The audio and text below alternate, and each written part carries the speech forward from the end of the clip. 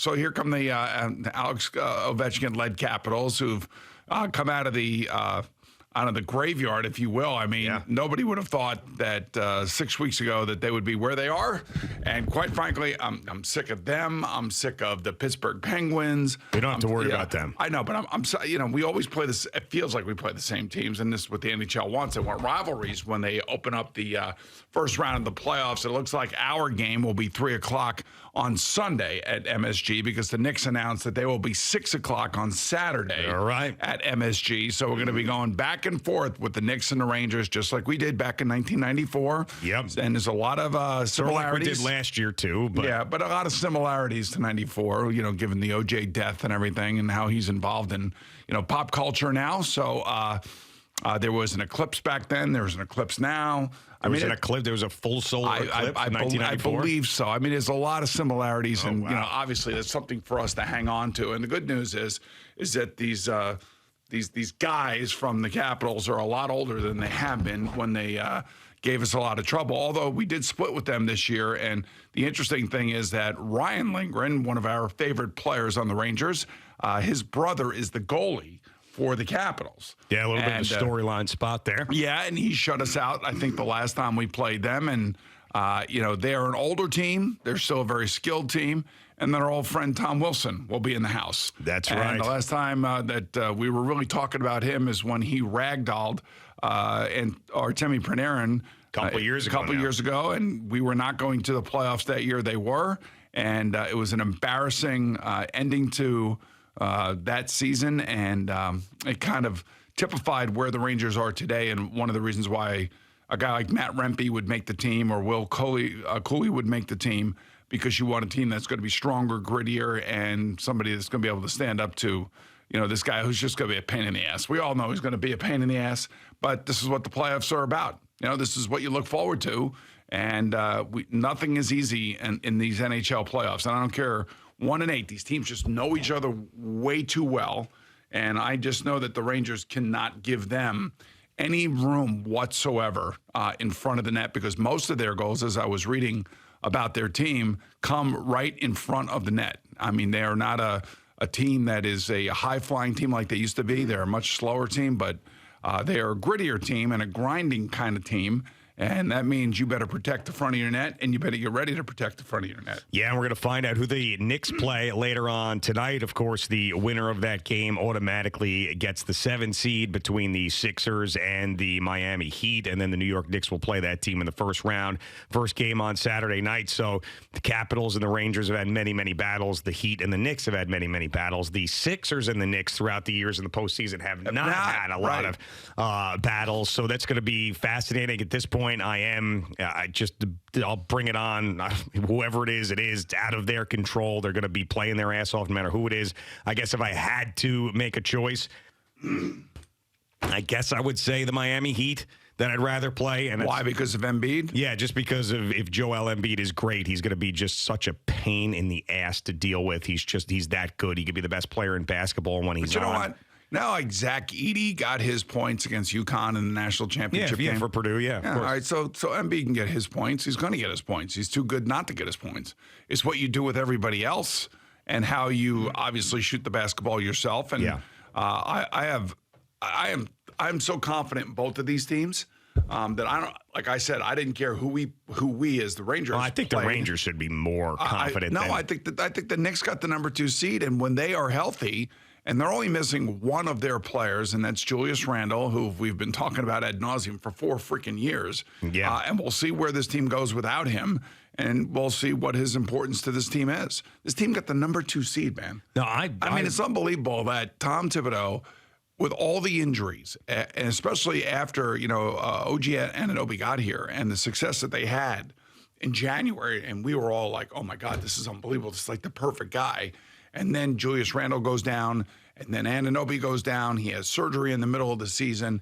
And somehow, some way, this team got to the number 2 seed in the Eastern Conference. Yeah, I just hope we don't look back at it saying that, oh, man, the Knicks got screwed this year because the Philadelphia 76ers dropped down to the play-in series because Joel Embiid wasn't healthy, and then Embiid got healthy, and then all of a sudden they turned into this juggernaut. That's what I don't want to be saying. because that's a possibility too. You know, this is why I don't like this play-in seed crap. You know, the NHL's final, especially in the Eastern Conference, has been chaotic, to say the least, the last 3 weeks. Yeah. I mean, it has just been 5 teams going for 2 spots. And last night, Philadelphia pulled the goalie in regulation. Score was 1-1. Tortorella knew that if he had any chance whatsoever, they had to win the game. Detroit wins another game late in the game by pulling their goalie and scoring with like 3 seconds to go in the game. I mean, it's been a mad dash to the finish, and that's a regular season. That's the way you want it to end, because all your fan bases are engaged, essentially.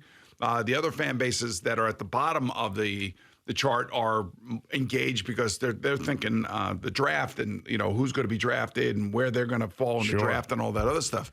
But I have to say, the chaos in the Eastern Conference of the NHL is exactly what you want, and you don't have to add games. You don't have to add, like, so if Embiid misses, let's say, I don't know how many games he missed this year, 20. Let's say he misses 20 games.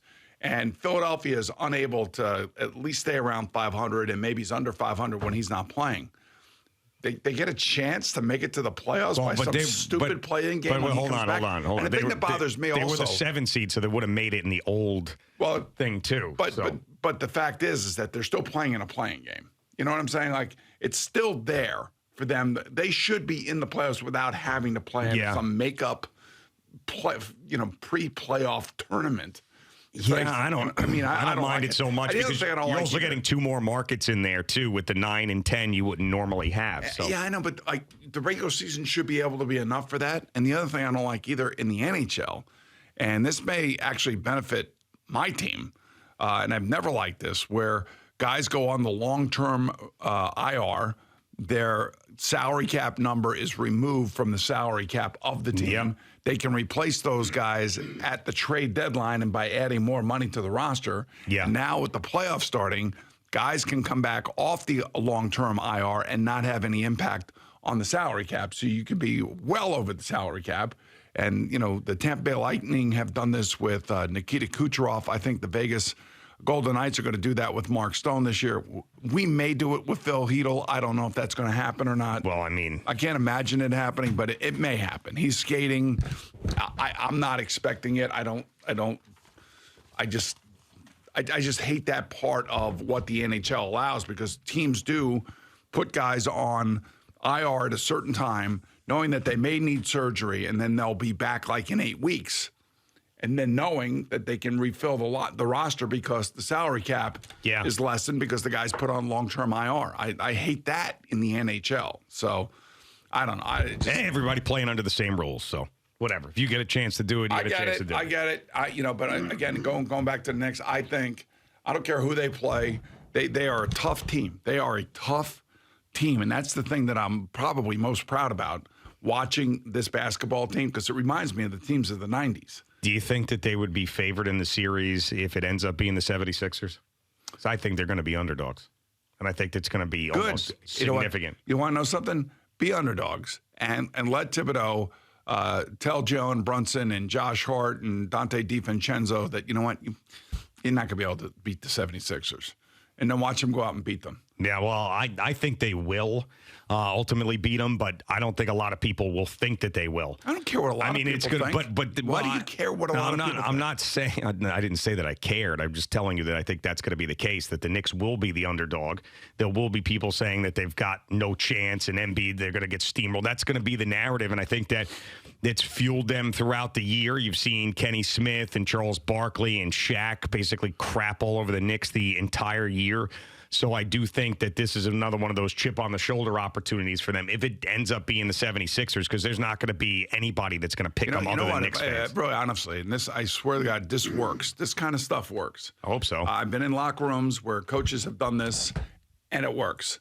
You take, those 3 guys that seem to be very popular on TNT, and you take a couple of their comments, you get your video team to splice them all together and play it to your team.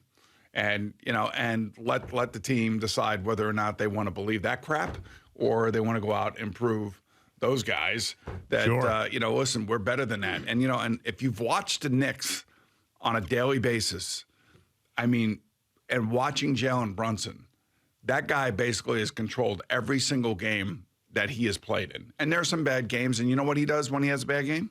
Because, man, I stunk it up tonight. Like, he owns it. How many other players in the league actually will own it the way he will if he doesn't play well? Yeah, he is unique. And The moment they got him, I didn't know how good he was. And then you remember that these guys were national champions. And you realize that Jay Wright saw something really, really special in these guys.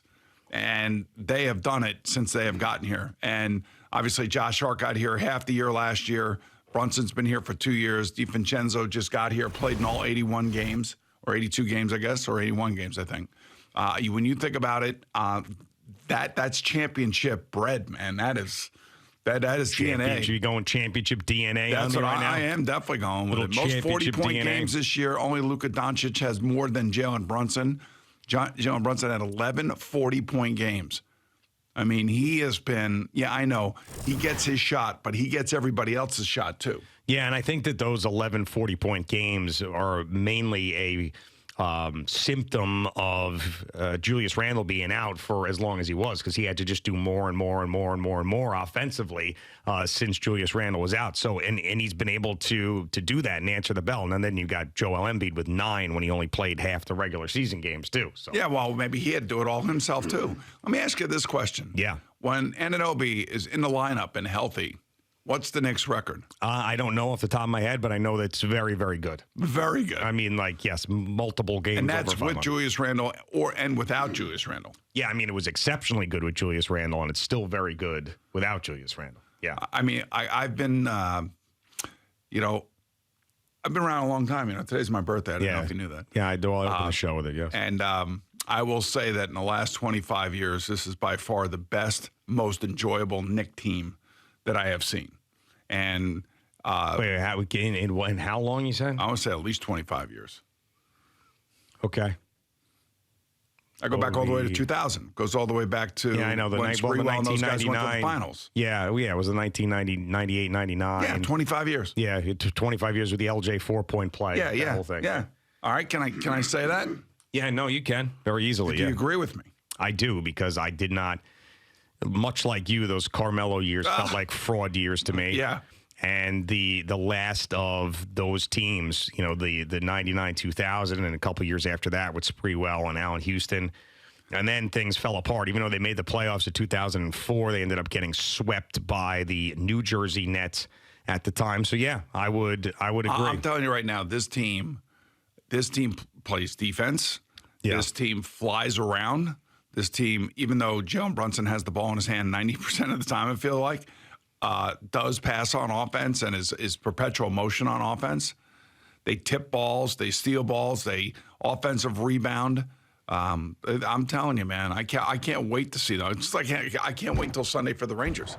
Well, I just we're can't going to wait to come in watch here. these guys now, and like the total intensity package is going to be turned up. Yeah, I mean, this is what we have been waiting for years and years. We got a little bit of a taste of it last year, but you got a 1 seed and a 2 seed now going into the postseason with home court and home ice advantage, and we're going to see them over the weekend. We're going to come in here Monday, hopefully flying after both game ones and a couple of wins. Let's just hope that is the case. But I mean, you're right. It's got a different feel than it did last year. Even as good of a regular season as the Rangers had last year, this is clearly different. I mean, they had the most points in the league. They had the most points in their history in a regular season. It's the greatest regular season in Rangers history. And for the Knicks to be the 2 seed in the Eastern Conference, only behind the 60-plus win Celtics, it feels a hell of a lot different than it did last year as well. To me, a team is really when you look at the Knicks, they are a team. They have, I will say, one superstar right now, and that's Jalen Brunson, who's leading the way.